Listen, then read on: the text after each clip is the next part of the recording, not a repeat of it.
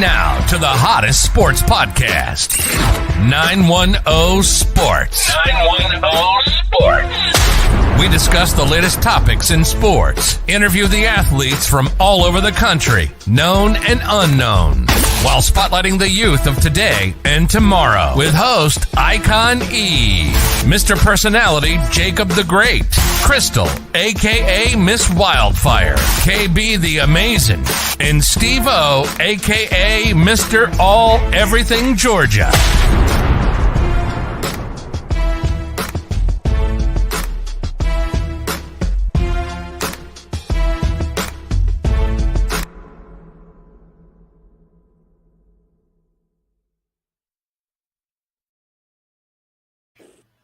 What's going on? What's going on? It's your boy Icon E. And we're here tonight on 910 Sports Reloaded.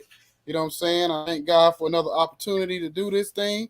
I got my co-host, Steve-O, Mr. Georgia Everything, my man Jacob the Great, Mr. Personality himself in the building. What's up, fellas?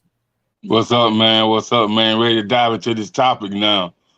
You know, this is a different type of breed, man, this topic right here, dog.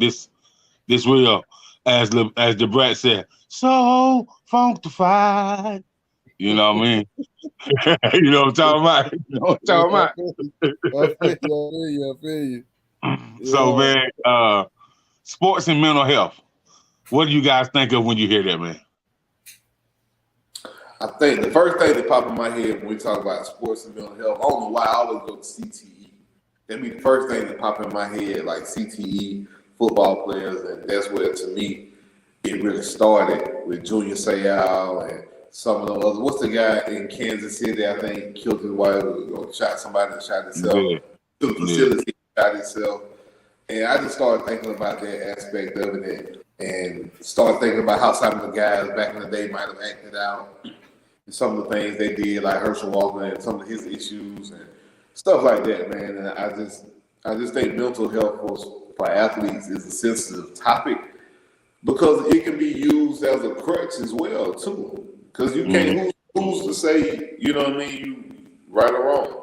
You know what I mean? Who's to say, look at Kyrie. You know what I mean? The sun don't shine the right certain way, and he don't want to play with it. So yeah. So do you think that's Icon? Do you and Steve think that's a mental issue?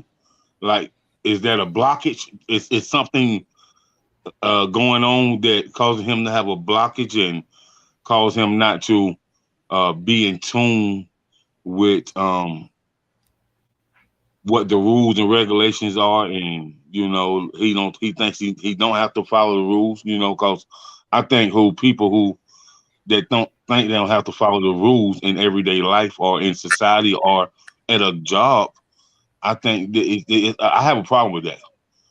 Because what makes you in particular different from everybody else that follows the order of command? You know what I mean? I'm okay with challenging rules. I think Kyrie challenges a lot of rules and he rubs a lot of people the wrong way. But I'm okay with challenging rules. But I don't feel like you should be able to use your power just to sit out. You know what I mean? And it hurts your team at the end of the day. You know what I mean? It's a team sport. It's a team game. So you look at people like Ben Simmons and you look at people like Kyrie Irving. I mean, at the end of the day, I think you're gonna hurt your team, and it's gonna affect your brand. And Kawhi Leonard, man, because you know every time they ask Kawhi something, all he says nothing, and all he does is you know. I mean, I don't know, bro. Like listen, man. When I think about mental health, for me, I'm going to say, when I think about mental health, I look at more from an NFL side than an NBA side. I'm not saying NBA players don't have mental health issues. I'm not saying any sports or any athletes don't have mental health issues. Football or contact sports, but I just think about, you ask me what I think about when I think about mental health, I think about CTE. Yeah. Because it's a lot of concussions in football, bro. And from what I've read, man, it causes a lot. So Let's The thing about mental health, when you start talking CTE and you start talking about football being a violent sport, and I talked about this, in the past, is that whenever you teach somebody to be violent, whether it's the military, whether it's being a police officer, whether it's playing a violent sport like football, people are not designed to be violent unless you teach them to be violent. So when you teach them to be in a violent sport like that, and then you ask them to turn it off and turn it on, that can trigger some things. So that's why a lot of time you see athletes, especially football players, get into a lot of domestic disputes at home with their girlfriends and wives, and get pulled over by police and want to be combative with police officers. And then you see probably a lot more of players on the sidelines getting into it with their coaches, because you're asking grown men to have a certain killing mentality and then turn it off at a drop of a dime when you want them to. So it's almost like kind of what Colin Kaepernick was talking about with the slave kind of mentality thing, or the slave thing, the way football is operating.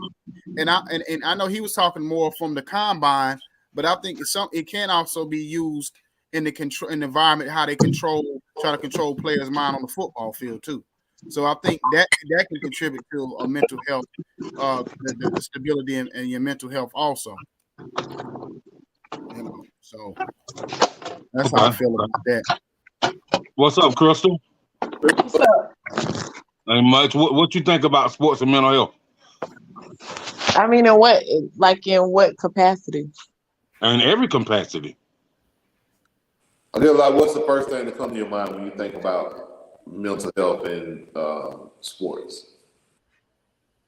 I don't know. I think what you said is absolutely true, Icon, about asking them to turn it off and turn it on and stuff like that. Obviously would trigger something. So that make a lot of sense. I just think about your well-being. That's really what I think about with your mental health. Because I think about it from like regular people's lives. Your mental health is just your well-being. And that's what I think about it from. It's pressure to win. It's pressure to make money. It's pressure to take care of your family. It's pressure to get that contract. It's pressure to make an all NBA team or all NFL team. It's taking care of yourself. That's what I think of. Okay. And it's funny. It's funny you say that, Crystal, because I was thinking about that earlier. And I said, and you was thinking exactly the way I was thinking, because back in the day, sports in the 80s, 70s, and 80s, they didn't make a lot of money. And a lot of them guys, when they first got into the NFL and the NBA, for them, they didn't really look at it as a money grab, because a lot of them will tell you the dope boys in their neighborhoods and certain people in their neighborhoods was making more money than they was making on the basketball field and football court. So they did it for the love of the game. And then when the money came into it, basically in the probably like really more the late 90s and early 2000s, when the bags really got bigger, that's when the pressure to win at a high level came into play. And then all of a sudden now your families and your friends and people around you in your community looking at you like, man, you making $20-30 million a year, and everybody got their hand out. So I think a lot of us don't realize some of the things that these athletes have to deal with off the court, off the field. You know what I'm saying? To deal with their home life, or people always in their face trying to, with their hand out and dealing with different situations. And everybody's not equipped and built for that. You know what I'm saying? To deal with both sides of the coin. So yeah, so that's one thing that I thought about too with mental health. Yeah. But what about the pressure that's put on these kids that play AAU? What about the pressure that's put on, like, my homeboy, his name was Chris Cranfield when I was living in Florida. He used to tell me, man, that the pressure that was put on him by his parents, by his coach, by his, other friends in the community, like the older cats that was his friends, that was his dad's friends and his mom's friends, and he just quit. He just one day he told his mom, and I'm gonna tell you what he told her. When white caps go off, they go off. He told her mom, "You fucking play. I'm done. You can have it." So I was like, why did you say that? He was like, man, because it's too much pressure, bro. He was like, I couldn't even concentrate on the field. You know what I mean?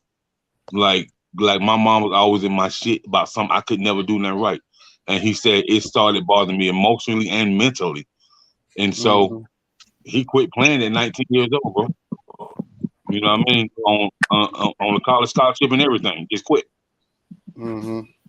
I think that's part of the issue is that like nowadays the way these kids, especially so many like single moms and not dads in the home, that kind of instill certain toughness in a child at an early age, that a lot of these kids feel pressure to kind of like to win and to be perfect because they feel like it's so much on them that, you know what I mean? Like I think now that from our generation raising these kids, you almost have to give out. I think more participation is more relevant now and more like have to be more involved in the game than it was ever. You know, back in the day, you get your little participation where you play like Little League and all that. I think now it's even more important just to show a kid that they appreciate it for just trying, because you know what I'm saying? Like some of these kids just can't, they just can't deal with the thing of winning and losing. You know what I mean? Like what's the one guy we had on here when he said he had the track star and the guy was the #1 track star, #2 track star in the state, and he lost his first meet and he wanted to quit after the first time he lost. Like some kids just can't handle failure. You know what I mean? But then Icon, you gotta think, man. When we was growing up, man, even if your daddy went in the home, you had an uncle, you had a granddaddy, you had them tough dudes in the community. Like I think, man, that the only thing the kids understand now is video game. You know what I mean? And I think, like I was telling my homegirl, I said, yeah, that was video games when we came up. So they wasn't advanced as PlayStation 5, but in my household, you was not gonna play no video game for 6-7 hours. My dad wanted us to play video games 2 hours a day. That's it. That's it, bro. Like, cause he just didn't believe that a child should sit up and play a video. Like he used to get on my auntie about that.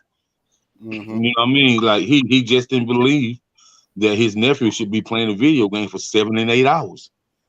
Think about it.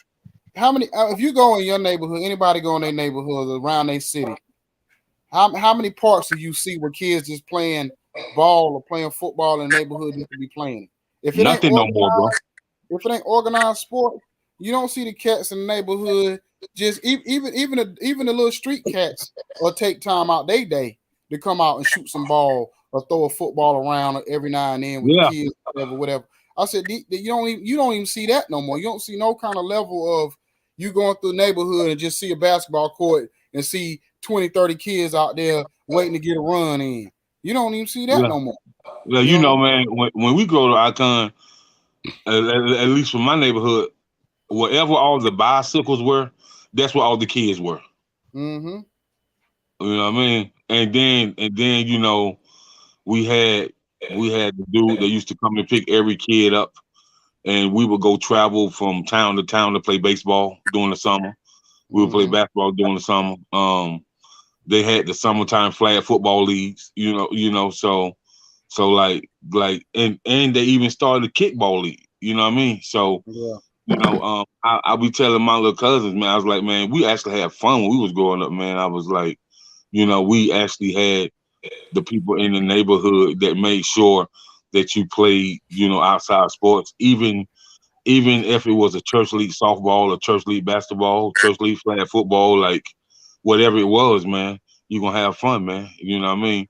Yeah, and you don't really have that no more, that security no more. You don't. The neighborhoods aren't safe like that no more. You can't just go down the street and go across town no more and do that. That's right. You're right. You can't do that no more. So I think you got to get creative with it. I think just like I've had to learn in parenting in 2022, like, okay, you love screens so much. Y'all love these so much. I got to learn how to take this and make you learn from this now. I have to use this as a tool now. I got to learn how to use this. I got to learn how to flip it. It's a mental game with kids. It's all like you said, they don't want to go outside no more. They don't want to do that no more because it's just not what they're seeing is interesting. It's not what their culture. They're not getting that culture, so that's what it's not that no more. So hello, okay. You gotta adapt. So you're right though. You gotta adapt, man. You just gotta adapt and have to trickle me to. And Steve, these kids are smart. They're hella smart. I call these kids new millennials. I'm gonna tell you why. I was talking to my little homeboy, man. I said, man, you getting you a job? He said, no, I don't need no job. Nope. I said, what? I said, why? He said, man, I'm 16. I've been trading stocks since I was 13. Yep. I said, yeah. I said, yeah.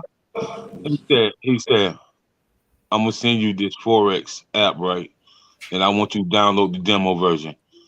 And what you do, you share it with me, and I'm gonna show you where you went wrong at on the demo version. Because they give you $100,000 to play with on the demo version. You know what I mean? And they take that to a whole new level. Like, man, and like the kids nowadays are soft, and the kids, they soft, but them motherfuckers got some. I'm sorry, they got some money in there. Yeah, that's kind of that's kind of they're smart, boy.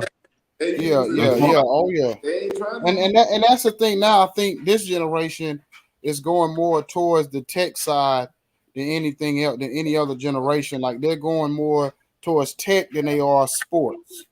So you only got a select amount of people. You still gonna have people. You still gonna have your inner city kids, and you're gonna still have certain type of people that's gonna play sports. But for I think for the majority, they a lot of them into the tech stuff as far as a different way to make money. So basically, what I'm saying is we're not in the world no more where everybody feel like the only way you can make money is either sports or being an entertainer. You know what I'm saying? Now people starting to figure out I can make money. Like over the last couple of days, my family been joking with me because I done got on TikTok more often, and I said, man, when I started really navigating, and I said I seen so many people that most of these people have no talent whatsoever. They're just on here, and they got 600,000 followers and 1 million lists and likes, and I'm like, what in the world? But Icon, do you know what these kids do? These kids sit in their room with their Gatorade and they Takis, and they sit on these apps and they master these apps, man, like no other. They become music curators. They become social media gurus within the 90-day span, man. For real. So let me tell you what I think our job should be, especially sports advocates and people that love sports. You got to get your kid inside that circle like LeBron James. LeBron James has a circle where everybody does something. So if your kid is a tech savvy guy, get what he needs to be creating an app where his guy highlights on this app. So you just gotta tune your kids for something's gonna help them be successful and help them socially as well. You know what I mean? If your son is an art person like mine, he needs to learn how to create graphics. He gotta be in high school dunking and middle school dunking and basketball. Draw a picture of them guys up in the air, get a picture, and then do a painting. Like help them expand it. But I think once you show them how to incorporate sports with that other talent that's out there, then that'll help everybody. Because LeBron James got a team of guys that do everything around him. And some of them don't even look athletic at all. You can tell they ain't never played ball. Right. So you gotta use it, man. You gotta use it. You gotta use your kid's talent. If you're a sports guy like me and you're into sports, it's other sports that they can do. Somebody got to take pictures. Somebody got to do the video. You know what I mean? I be seeing people sending fan art to LeBron. He be posting all the time. So just get your kid to do stuff around their talent that you like. You ain't got to force your kid to play ball because you want to play and make it. It ain't got to do nothing with sports. It ain't. No, not at all. Mine was in the band today. I'm in a band concert today. Listen to the trumpet. So I was sports all the way. So like my son, my middle son, that joker ain't have an athletic bone in his body. I knew that early on. So I knew he was gonna be books and he was in the music. So I knew all my energy was gonna be towards trying to help him hone that craft because he didn't even start watching sports. The only reason why he started watching sports is through video games when he started playing Madden and 2K, and he started getting into the players. But other than that, like if it wasn't been for that, as far as because I remember the first time he tried to play football, he went to practice one time. The first day of practice, he quit after the first day. He was like, Dad, this ain't for me. You know what I'm saying? So they had him doing them push-ups and running around and doing what they was doing that first day of practice. He came home, he said, "No, I'm good." So I just like, man. So my nephew can play ball. He can play basketball. He about 6'3", 6'4", dunk backwards. But he told me that I'm the one who got him into the music. So that's what he want to do. He don't want to play ball. And he said, and plus I don't want to be sweating and stuff, bro. He said, man, he said, sweat mess up your skin. I ain't want to do all that. You know what I mean? That's what he told me, man. That's what he told me, bro. That's what he told me. He said, you bought me my first microphone. You got me my first headphone. And he sent me some of his music on Automatic. Hold on. So if he trying to be a artist? Yeah, he is an artist. So if he an artist, don't he know when he start performing? No, he know that. He know that. He know that. He said, but nah, man. He said all that running and coaches yelling in your ear. No, he ain't for that.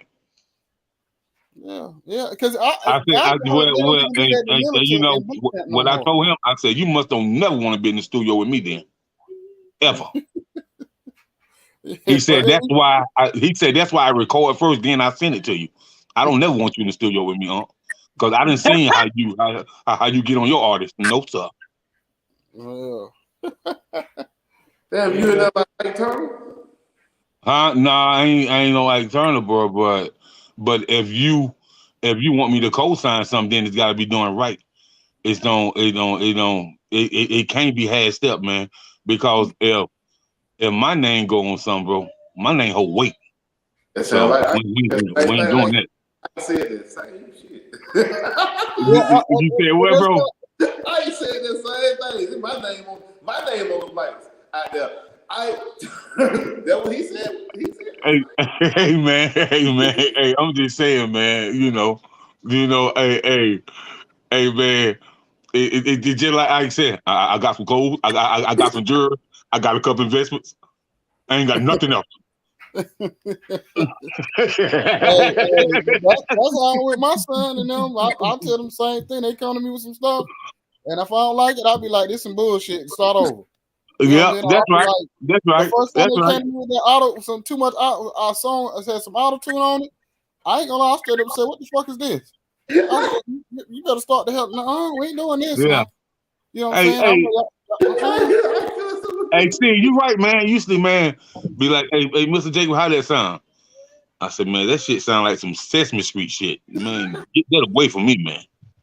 So hey, I don't play because like Jacob said, my name hold weight. You know what I'm saying? When I give it to certain people tell me all the time, you got an ear for music. So you know what I'm saying? So if I bring them some bullshit, they're gonna be looking at me like, what happened? So you know what I mean? What happened to that ear?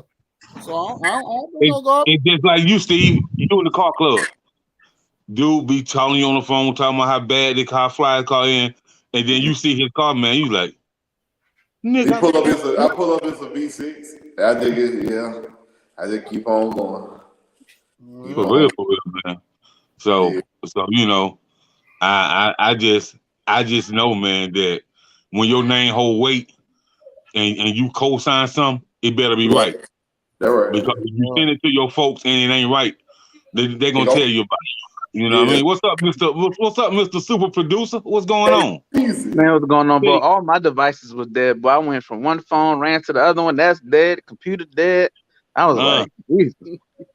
Right, so let me tell you about this dude right here before we get into this topic. So this is a dude that's a super duper producer, right? But he be running, bro. You talking about me? Be a millionaire. He can be a millionaire by now, for real. Oh no, he like my brother. He one of them type. Man, when I tell you, bro, Just Blaze, Swiss Beats, that type producer. Boy, hey, That guy right there. That guy right I ain't there, no man. Just Blaze yet. Them drums different. But nah, Man, man. You know what it is. Every time, every producer has a story when they lose their hard drive, and you know what I'm right. saying. You got to start from scratch. I lost my Mac, started from scratch. Got another hard drive, had to start from scratch, and then it just took me forever to get another computer that I could Right. rely on. So luckily now I have one that I can rely on. It's just the grind. When I was in Atlanta and I was grinding, going to those Come on back. artist producer stuff and managers meetings, selling beats, and Come it's on a back. I'm on company. Come on back. So I'm going with you. oh man, look, if I can't pick up my house in this land, I ain't going more. But it was fun. Like it's a real grind, and like knowing like the rooms I was able to get into and the people I was able to meet and opportunities. I understand what it takes to really get to be that, to get on. Like everybody can make beats, get on a couple of mixtape, couple artists, but to really get on, it's a grind that I'm Yeah. just like, I don't know if I got the real time to, but like I still make music here and there. Like I'll just put on some music, get on my joint, make a couple joints just to, what I'm saying, get the ideas out and stuff like that. But yeah, I don't Yeah, do it as cause much as I used to. he made a beat for one of my peoples in Carolina, man, and Boy, people they still be, hey man, boy they was playing that thing at the club, at the cookouts, at the car show. They was like, "Where you get that beat from, man?" I was like, "That's my cousin KB Amazing." They was like, I was like, "Nah, I don't think he can make beats more." They was like, "Man, you need to jump on his neck for real." I was yeah, like, well, and that's what it is. But back into the topic, KB, man, we were talking about sports and mental health. What is your take on that subject? Just period. man. I think it's something to where it definitely correlates hand in hand. Everybody handles it differently, but it's definitely something that I think as generations have gone, like from my dad's generation to mine to my kids, is the process is different, because before you were just considered soft, you whining, what I'm saying, get up, you had that coach jump down your throat, but now you have to take like more of a cerebral approach, understand the mental health aspect, that what I'm saying, the depression is real, just all that stuff, what I'm saying, like the it's just real, and you got to take it into account with a lot of people, like even with Ben Simmons, like you can't say somebody's mental health issues aren't real, because people killing themselves every day, what I'm Yeah, saying. yeah. So it's just one of them things where you hope somebody's not taking advantage of it, but it goes hand in hand, and these guys are on the average person couldn't probably fathom the attention they get, the hate mail, the death threats, all the negativity that comes around a sport that you love to do. You know what I'm saying? And I get it, but it goes hand in hand. Yeah. And it's just like I talked to a whole bunch of people, producers, radio exec, label execs, artists, musicians, and they be telling me, man, that even though their kids want to follow in their footsteps, they don't even want their kids in the type of business they're in. Whether I talk to an actress or an actor or a musician or hip hop artist or R&B artist or just somebody into sports in general, man, or entertainment in general, they just be like the business is so cutthroat that they don't even want their kids to enter the business, especially their music, bro. I talked to a lot of people that said that if they had the choice to really not have their kids in the music business, they wouldn't. But their kids want to follow their footsteps, so they ain't gonna stop them. But they like, for them in their mind, they don't want their kids even in the music business. Yeah, I So mean, look at Snoop Dogg's son, Corey Brodus. My man was a 5 4-star wide receiver, everybody knew him nationwide, and he legit mental health, like he was like, yeah, I can't do this football stuff, like I just can't. Like physically he can, but mentally he couldn't, and he just right, now pursuing his arts and stuff, and he's right, like, I'm way happier, way more yeah, at peace doing that. And luckily Snoop is a parent that supported that, because some kids ain't got that. If a yeah, kid say I don't want to play the sport, sometimes that parent be like, I don't give a damn. You gonna play, you know what I'm saying? You gonna get on that field. So I mean, it's real. You see him. That's right. And then I was telling somebody, man, like they was like, man, I ain't know Denzel's son was a film producer, film director. I said, yeah, now he is, but he was a ball player first. He played NFL for a little while. Because he didn't want to step in there behind his dad. He wanted to create his own lane first. And Denzel talked about that on a blog. Like, I just let him create his own lane. You know what I mean? But now people know that it's his son. They was like, okay, we can see where he get it from. So, but man, that mental health thing, man, I think it's pretty serious. And I think that coaches that deal with a lot of athletes year in and year out, man, they should try to protect their mental health too, man. Because when you're a coach, man, you're a counselor, you're a pastor, you're a teacher, you're a guide, you're everything, man. Coaching is ministry, for real, for real. And so, do you guys agree with that? Yeah, definitely. Yeah, definitely. That's why I asked. The one coach we had on here, I think was last week. Basically, how do you, when your kids come to you about stuff at home, because a lot of these kids, they come from broken homes. They come from environments where their mom or dad on drugs, or they be getting abused, or you just never know. Like I remember, it was a guy that went to school with my son, and and the counselor was telling us how he with my daughter and my son, the counselor was telling us how he was living in a hotel room. He was working and living in a hotel and going to school every day. You know what I'm saying? So a lot of these kids are like, you just don't never know what they got going on at home, and then their safe haven is basically when they get on that field or on that court. That's the 2-3 hours of the day that they kind of get away from what's going on in their regular lives. And then, first time they have failure on the field or the court, they snap or something happen and you don't know why. So you got to stay attached to all the kids as a coach. You got to know what's going on in everybody's lives. What I mean, as much as you possibly can, as far as making sure that they good mentally, and psychologically, because you just never know when these kids.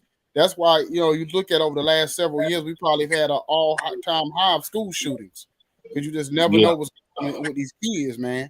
And so we got to pay attention to the signs. When we see certain signs, we really got to pay attention. Right, and I think the disconnect is, like, say y'all generation, mental health wasn't a main focus. Like, you either was going to pray it off or you was crazy. You know what I'm saying? Or, just dismiss that mental health stuff. Now it's something that's pushed to the forefront.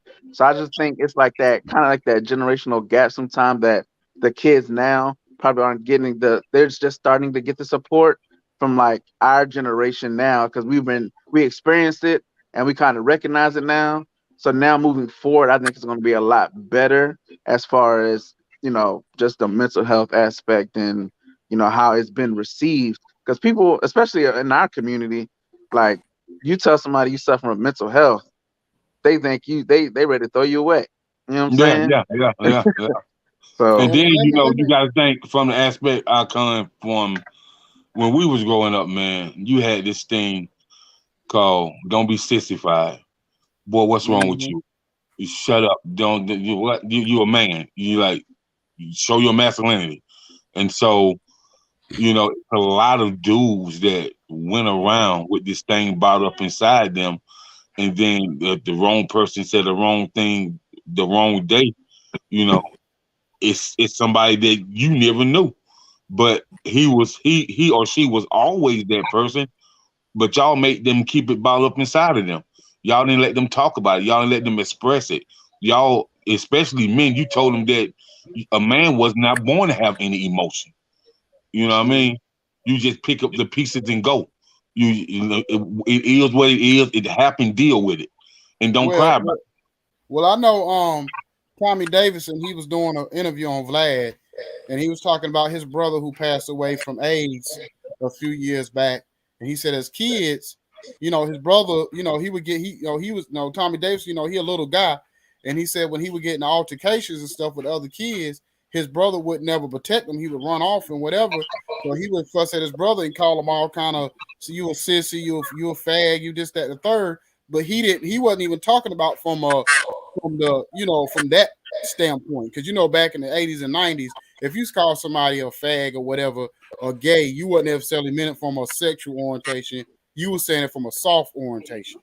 So that's what he was kind of saying in that regard. He didn't know until years later that his good brother was actually gay until they got like grown.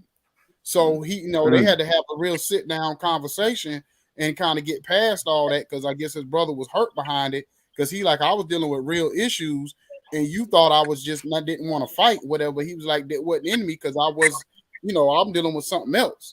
So yeah, so it's crazy. And to see and think about it real quick. I don't know if anybody y'all seen my timeline earlier today when I put about my cousin on my timeline, being missing. My cousin dealing with real mental issues since we was kids. And my grandmother was one of them old school people was just thought, oh, she just being, she just spoiled, she just misbehaving, not realizing my cousin is like bipolar, schizophrenic. She been like that since we was kids, but back in the 80s and 90s, nobody really knew what that was, especially in the Black community. So now she's missing, and she's been in and out of jail and dealing with different issues from a mental standpoint all her life. And now nobody has seen her in the last 2 months. So if y'all do see that on my timeline, that's a real situation that my family dealing with right now. Mm. You know what I'm saying? Definitely praying, man, and definitely I didn't see it, but it's real, man. Like you saw the girl from it's a girl from Southern University. She just committed suicide over depression. Miss America? I see it. And you can and they said that she was a high functioning person with depression. Like they could fake it, what I'm saying? You wouldn't tell just by looking at it. You could fake it till you make it, make you smile, make you laugh, but they inside they just dealing with it. And man, you just never know with people, man. Like you really got to check on people, like really check on people. Yeah. So I mean, but yeah, I mean, like I said, I think that the Ben Simmons situation, Calvin Ridley, what we're seeing in these sports now, it's kind of a good thing that is happening, because it's starting to shine a light and make people have to get educated on what mental health really looks like.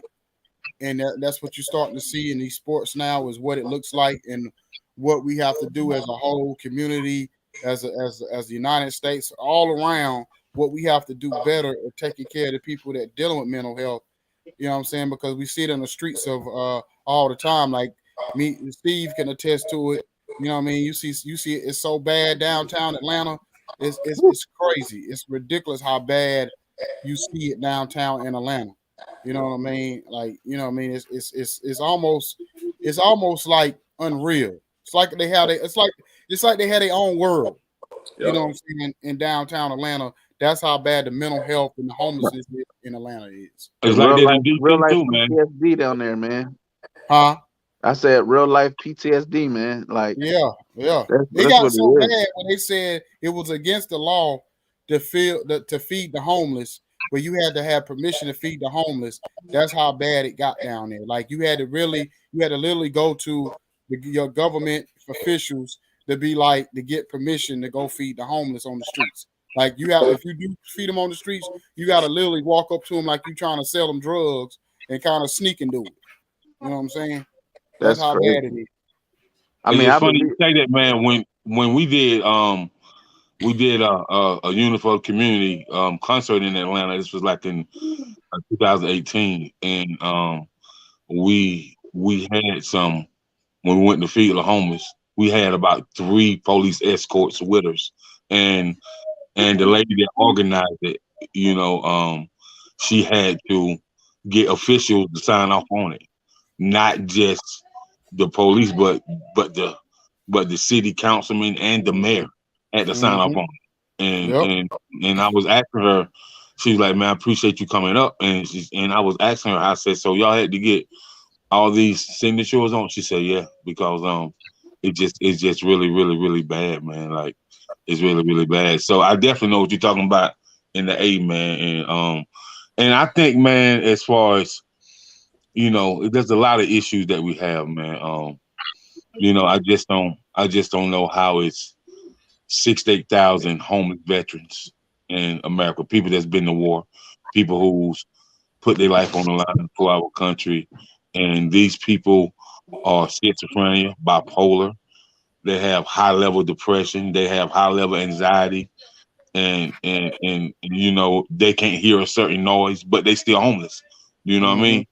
And so I just really think when you talking about that you like in the small town of Saluda, I just seen a report where they said they want to build a new jail for $8 million. Man, we don't got what one damn grocery store. What you want to build a new damn jail for? Man, look, I saw a video. Like 2 days ago. This guy talking about how he's an investor and how he invested in prisons and like the business of prison, like the guys that own it are friends with the judges, who are friends with the lawyers, who are friends with all these people that their job is to just keep people in prisons. Like they get a certain amount of money per bed, and per person that fills them beds. Like it's really like a factory of locking people up. Like it's legit. Well, let me tell y'all my one jail story, because I got arrested back in, I think it was like 18 off of a traffic violation. And basically what happened, long story short, I had a situation where I was trying to buy a car, and when I test drove the car, they didn't have the right information on it. They pulled me over and gave me a ticket and told me I had to go to court whenever to get it thrown out or whatever. The dealership said they were going to deal with it. They never dealt with it. I got pulled over like 3 months later saying I had a failure to appear. So automatically, when you get a failure to appear, you automatically get locked up. So I was in jail like 24 hours. I remember wife came up there, bailed and she pretty much posted my bail at 4 o'clock that afternoon. I was in a cell with like 20 other guys that was used to being in jail a lot. So they was like, bruh, you might well chill out. They ain't gonna let you out till like midnight. And I'm like, what? My wife posted bail like an hour ago. They said, well, the way it's set up is for every shift they keep you in here, it's like, I think they said like $1,200 or $800 or something per shift per inmate. So for every shift they keep you in here, they make an extra $800. So they gonna milk that until they have to let you out. Because once you get bailed out, they can keep you in to a certain amount of time legally before they have to release you. And I'm like, that's crazy. You know what I'm saying? And sure enough, I didn't get bailed out till 1 o'clock that morning. You know what I'm saying? I mean, I didn't get released till 1 o'clock that morning, and my wife posted bail at 4 o'clock that afternoon. So yeah, that's the nature of the business. Yeah, man. I don't mess with the police, bro. I'm a big proponent of survive to stop, make it home. Man, you can call me whatever you want, say to me whatever you want, say I look like whatever, nigga. You done? Like I ain't about to argue with you, G. Give me the ticket. I'll fight it in court, bro. I'm not about to do no back and forth. You disrespect, man. Fuck. At the end of the day, I'm gonna be wrong, and I'm trying to get home, bro. Just give me what you gotta give me. Do what you gotta do. Get your rocks off, G. And I'm gone. When I was younger, I didn't think that way, but I think that way now. So when I tell you that this disorderly conduct was like something that I encountered a couple of times, like shit, like, man, don't put your fucking hands on me, like shit like that, you know what I mean? So yeah, yeah, I'm surprised. Yeah, you a big dude. I'm surprised they ain't George Floyd your ass, because you a big dude. Hey, bro. Hey, look, man, that shit real though. Like when they see you a big dude, they automatically be like ready to go if you catch one on the wrong day. Yeah. And I'll be in the house. Man, this is like Uber one night. This was like 22, 23 years ago, man. When I was when I was young and dumb, man, and just like I just Still used to have have a thing about somebody just putting their hand. Just talk to me, man. Don't put your hands on me, man. Just talk to me, man. Yeah, you know. And then one grandma said, "Man, don't put your fucking hands on me, man. Don't ever do it in your fucking life." Oh man, here we go. And That's all they so need. then I kind of realized that I just should have shut up. But cause for me to have to make that phone call to my daddy, like I would have rather have stayed in there for a good 30 days than have to face him. And so it wasn't really that good. So I never ever made that mistake again. And that's it. That's it, bro. That's it. That's all it is. That's it. You said that about 23 years ago. Cowboys still had one of them. You know what, Steve? You know what, Steve, man? You right though. You know what? You can say what you want to say, but we all know that Atlanta is good at one thing: skating ring. So y'all skating ring champs. Hey, shout out to Adamsville. You know what I'm saying? You know, shout out to Cascade and shout out to Usher on the TikTok video. Yeah, hey, I don't know if y'all seen that TikTok video. I had put it up on China's, but in the back, if you see that TikTok video I put up with Usher and Jermaine Dupri, the girl in the back, that's my niece. So she basically like she a beast. Like she done been on a Good Morning of America. She like the queen of skate rink in Atlanta. Like serious, like real talk. Like she like that big business up there. Like still whole like I know, man. I know. Dance crew that travel around the country and they travel around with Usher and stuff. Oh, that was hey, it's big business up here, man. On they have like the adult night, you know, for the older crowd. Like, hey, oh man. Listen, bro. Listen, man. I done seen some people do some stuff on them roller skates that is humanly impossible. Like for real, bro. Oh, get out I'm trying to get on some skates, man.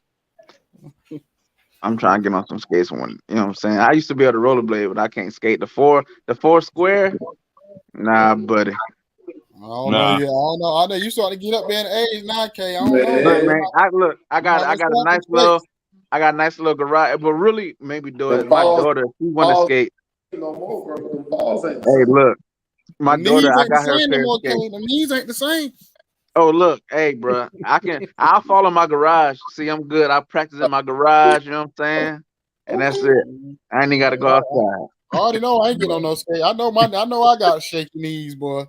My knees is nigga, I ain't doing no skate. I ain't doing no basketball court. All I'm doing is being a spectator and say, "Oh, good job, young man. Good job, young lady." That's it. I just wanted to learn to skate, man. That's it. I just want to. I probably realistically won't do it because my daughter, she be wanting to skate. Like she's learning how to skate, and I know it's gonna come. Like a daddy, can you take me to the skating rink? Like I know it's coming, and I just want to be able to skate in a circle. That's all. Right. I just got to make it around my big brother. That's all I need to do. Hey, Steve-O, all I can do right now is watch a movie in the jacuzzi, baby. That's it.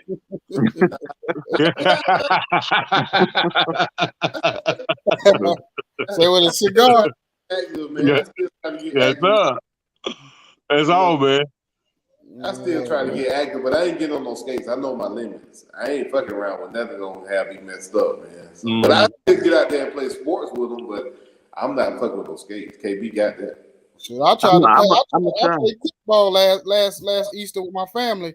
That was debacle, boy. I was falling all over the place, boy. I said, "Yo, boy, yeah, it's time to stop this, boy." I took off the first base and fell flat on my face, boy. I was like, "Yeah, over with."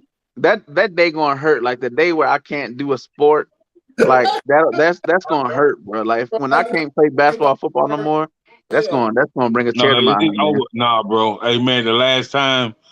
Bro. Like, You know it's over, bro.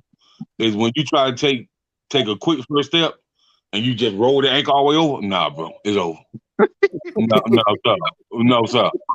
I was like, no, never again. Never, ever again, man. That's the realest. Y'all acting old. I was about to say, damn. Call it what you want to call it. You call it what you want to call it. I definitely ain't 25. Crystal, what's your story? Oh, I can still skate. I can skate. I play basketball. Okay, Okay. see, there you go. Well, I good got for you. hope. You get a trophy.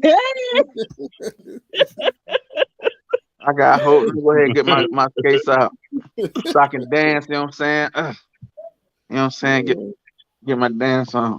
So Krista, are you playing basketball with JJ Reddick? I wish. Now I can't run up and down no court. Now I can't run up and down no court like no full court. I ain't doing all that now. I'm old. Yeah, see, But I listen, can see, still shoot. we saw we old. What you talking about? You ain't doing full court no more. Man, I Yeah, get I ain't doing full court no more now. a cool game of horse. Yeah. He said a cool You game of know, horse. little 1-on-1, half court, 3 dribble. We going to Man. 5. You know, stuff like 21, that. play a little bit of Hey, Ain't nothing 21. wrong with that. Ain't nothing wrong with that. Hold on. That's still pretty active. Hold on, they had a post up that said 1-on-1 Draymond Green versus Dennis Rodman. And then y'all see what Kevin Durant said that should have taken 6 months to finish that damn game. Yeah. Right. You about right. You about right. And probably still wouldn't hit the point spread. They would have just called the game. Yeah, you know, neither one gonna hit a jumper. So if they don't make a shot on each other in the lane, it's over with. It's gonna be taken forever. That's gonna be the worst game of horse ever. Golden State is getting blown out. Yeah, they was been blown out earlier. They losing by about 50 points. Really? It's 108 to 61. How much time left? It's another whole quarter. Because I would love for them to get sent home by them young boys. I know earlier. Out for the playoffs. I know earlier. Crystal Bain and Jackson Jr. was getting off earlier, so yeah, they still off. Bain must have took a back shot. He must have got him a painkiller before the game. Whoa! He must have took a what? Oh, gee. You know what? Oh, they ain't mean it like that. They ain't mean it like that. Oh, man. She said nobody. Whoa. All right, Barkley, Charles Barkley. Yeah, that's one of them Charles Barkley moments, boy. What? Nah. They was suspect the other night when Shaq asked Charles Barkley, talking about, you want to play a game of Twister. Whoa, what? Charles, so why do Charles Barkley and Shaq talk so slow though, bro? Like, bro, it's like Shaq talk monotone.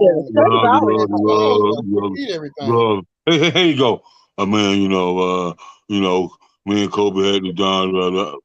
What?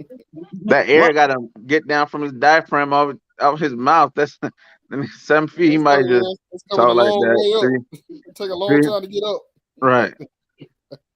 Just like Mike. You know what I'm saying? He tired. You know what Mike Tyson tell you? Man, I don't care, man. I'm the greatest fighter in the world. I take on anybody. You know what? I had lost a lot of respect for Skip Bayless when he did that whole video about Charles Barkley threatening to kill him. But now every time they turn around, they want to reference everything Charles Barkley they say on the TNT network, and they use his sound bites to do their little stories and stuff. Mm-hmm. They little segments on Undisputed, and I'm like, just 2 months ago, you was in here telling about this man was trying to kill you. And how your wife was scared. Steve do the most, man. His wife was scared, man. She was home eating yogurt and watching the Home Shopping Network, telling that lie. India.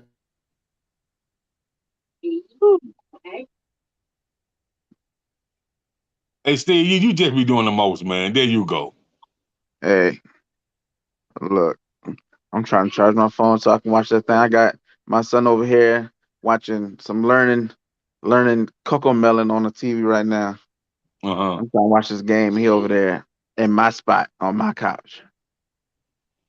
Well, you know you don't own that when you got children, bro. It's his spot. Right. It's his spot, bro. It's his spot. The crazy part, I thought I was gonna have this loft. You know what I'm saying? I got a little loft in my house, so I was like, "Oh, it's my man cave." Put up my helmets, TV, got my little drum set. Bruh, it be nothing but baby toys in here, laundry, Man, y'all see dolls. oh, Crystal, you Like, want I'm just like, yo, I need a shed or something to put in my backyard that I can go hide in. Oh man, but hey, I feel bad. I feel sorry for you, bro. Hey. Hey man, hey man, these are gonna be the most memories of your life. So, hey bro, Yep. go ahead and have fun with it. That's what they say. fuck with you anyway. After a I while, don't know. fool with you. So You said after a But while, what? but you got a baby girl, so I already know she run the whole house. Facts. She tried. She tried. She put Ain't up no a good trying fight. to it. Ain't trying to. That's why you had to get off early and missing episodes. But we already Hey, know what it is. Between the hey, wife and that little girl, she run that boy, house. They run that look, house. it's perfect. My daughter in the bed. My wife, she housewives zone, so she good for another 45 minutes to an hour. The baby, he took a long nap, so he up here chilling. I'm cool. I'm cool. That's all right, man. That's all right. Now some days where them shows ain't on. That be like, golly. my house sleep at 9 o'clock throughout the week. So by the time I get home from work, everybody gone sleep. Oh, that's all right. That's why you in there looking like you about to be in the boom boom room. Look like you in the You know, I'm redoing my office downstairs to a studio. I'm actually gonna have like my own studio set up in there. So I ain't been downstairs. The whole basement, we ripped up all the carpet, so we ain't even got half the house. We just living on. What you produce? You produce music too? Nah. Just gonna do my podcast from there. Oh, okay. Got you. Nah. Hey, bruh. I'll probably be in town tomorrow, so I'm gonna holler at you. I'll be at the crib, man. You got to. I'm at the crib. What time you get off? I'm working from the crib tomorrow, so it's whatever tomorrow. Okay, you might have to pull up on me. I'm gonna be Cascade area tomorrow. Man, say Adamsville, boy. On the west side. Yeah, that ain't too far. About 20 yeah. maybe. That's considered the west side. I mean, technically. I mean, I always wonder because my when I played semi-pro out there, we used to practice at Adamsville Rec. Yeah, that's the west side. So, yeah. Now I was on the west side. I'm basically right. I'm near the SWATs. I'm not naturally right. I'm like 10 minutes from the SWATs. Oh, okay, I got you. Right Yeah, there. you know, I'm on Cascade. I'm on like I'm like on the middle class side of Cascade. I got you. Right, I ain't going down there. I used to be down there. Our studio used to be down there on the other side. But you know what I'm saying? My sister, she stay on the other side, like near like where the mansions and all that is. Hey, Steve. August 6th, man. Jay Marge and Randy Bell. Saluda, South Carolina. Is going down. I'm gonna come out there and fuck with you. I told you I'm coming for real. Yeah. I'm gonna get the car club. I think I'm gonna get the car club. I'm gonna come like. Well, you ain't coming to Saluda. I'm coming to see Saluda's finest. Hey, I'll tell y'all like this now. Jacob he gonna be late next Sunday. I think it is 2 Sundays from now. No, next Sunday because we got Tucker, Agent Bagger, and West Love. Yeah, that's Saturday. Yeah. That's on the 23rd. We already know Jacob might not make it on Sunday morning. That's May 21st. Yeah, that's 21st. Oh, so the 22nd he might not make it on. Man, I'll be on, bro. But I'll be heavy and intoxicated when I still come on. I can tell you that. Oh, not intoxicated. Yeah. Heavily intoxicated. Yeah. You might as well just stay up and do it and go to sleep after. I come the tents, the coolers, the good music, the bootleg. Oh man, look at here. I told you y'all. I know y'all. Look, I know they did all that Saluda. I used to, man. You know, when I was younger, boy, I used to hate going to Saluda, boy. I was like, man, look, bro, it's one traffic light in this town. I ain't gonna make it. Hey man, bro, it's going down, and my man was already telling me that they already sold 3,000 tickets. Everybody in the whole town right now. Dang, I Just wish. That's it. You said Hey, 3,000. That's all of them. Yeah. Everybody I ain't big might, enough. still be in the area next weekend. When that's next weekend, Yeah, the 21st. I might still be around Okay. because I'm going to Miami and Orlando all that this week. Okay. You know what I'm saying? Come on. Clearwater. Come on So down, man. if I got that. if I I come got back that. through, I'm gonna have to pull up on you. I got that custom made shine, boy. Straight out the Oh, city. hell no. Buddy. Hell no. Oh, no. Hell no. Yes, sir. Custom made. Look, I had Apple some. pie, blueberry, No, but I strawberry had some. lemonade, whatever you want, I had boy. some moonshine, some Mississippi moonshine. Yes, One sir. time, buddy. No. Whoa, man!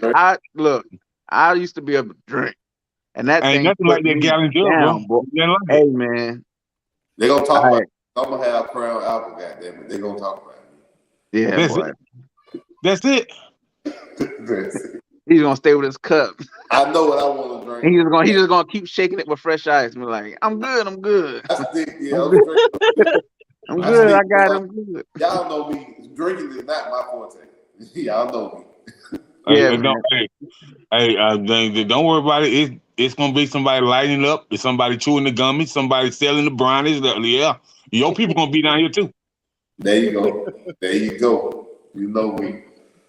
Yeah, man. Well, shit, I'm about to get up out of here, y'all. I done had a long drive. I done drove from Pennsylvania to North Carolina today, so I'm tired of here. All right, fam. Well, I'll be riding. Yeah. I gotta get up in the morning, and drive to Atlanta. hey man, we gonna holler, man. And in the words of DJ Cool, let me clear my throat. I'm out of here. I hope you don't mind. Y'all have a blessed night. All right. Yeah, man.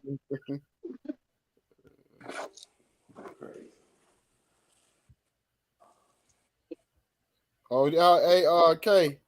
Yo. Hold on. In this thing.